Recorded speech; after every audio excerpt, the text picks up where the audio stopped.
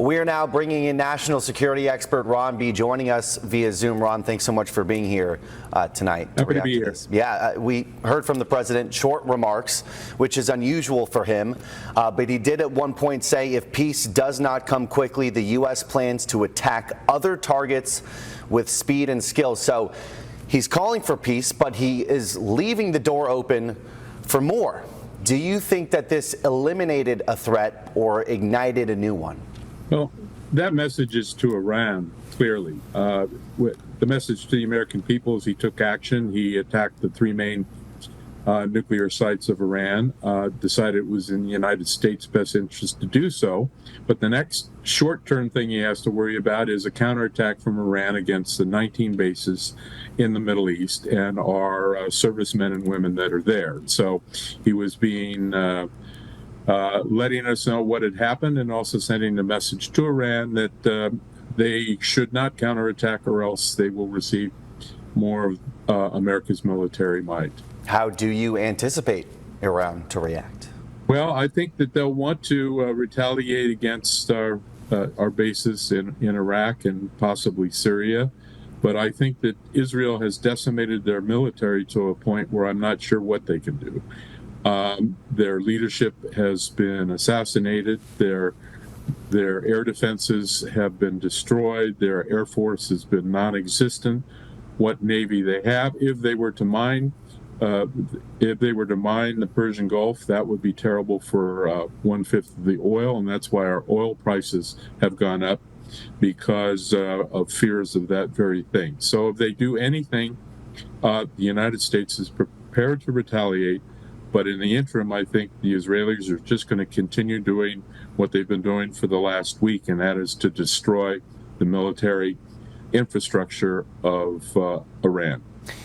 Donald Trump frequently during his campaign trail promised to avoid engaging in future wars and end existing conflicts. Why do you feel like he felt he had no choice but to go back on that word and do it now? That's a very good question. I think he'll explain that over time, but I think what he came to the conclusion from not only Israeli intelligence, but his own intelligence community, that Iran was very close to getting a nuclear weapon, and that he could not allow. Leading up to this attack, the U.S. was already shifting warships in the Middle East and military aircrafts, one of them being the USS Carl Vinson, which is homeported here in San Diego. It's a nuclear-powered aircraft carrier stationed right now in the Arabian Sea. Was its involvement, combined with the others, a sign that this was imminent? Yes, I think in totality, the Vincent being there, the Nimitz carrier group being there, the 31 refueling tankers going to be there in order to refuel planes if necessary, including a B-2.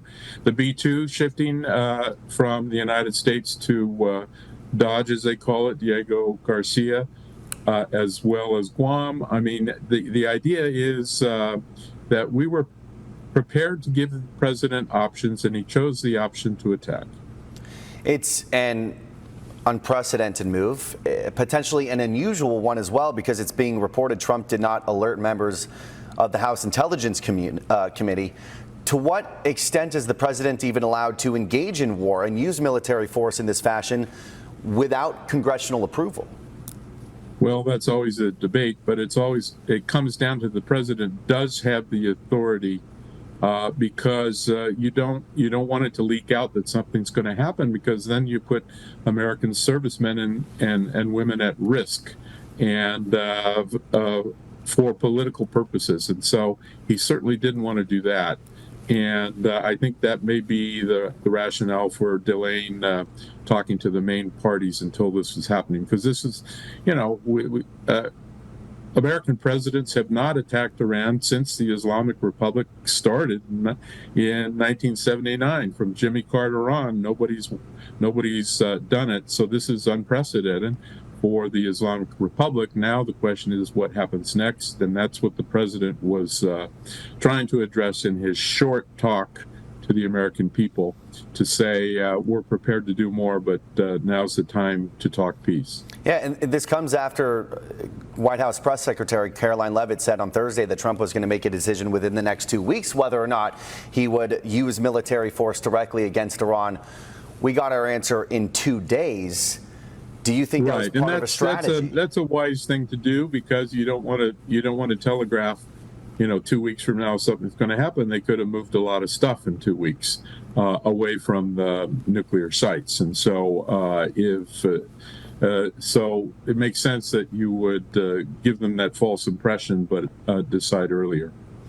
One final question for you: how would you define this moment in American and international history? Well, I think it's one of the most important moments in what I would call preemptive non-proliferation, knocking out a nuclear program of a country that was destined to use it against Israel and even possibly the United States. So I think it's a very important moment that at a certain point we have to realize that negotiations are always the first priority, but we have to be prepared to act if they fail. And these negotiations have failed over 20 years, so it was time to act. And I think this moment will be judged on that criteria. Trump said on Truth Social right after the attack, now is the time for peace. Only time will tell if that is, in fact, what comes of this new chapter in the conflict. Ron B., thanks so much for joining us tonight. Thanks for having me.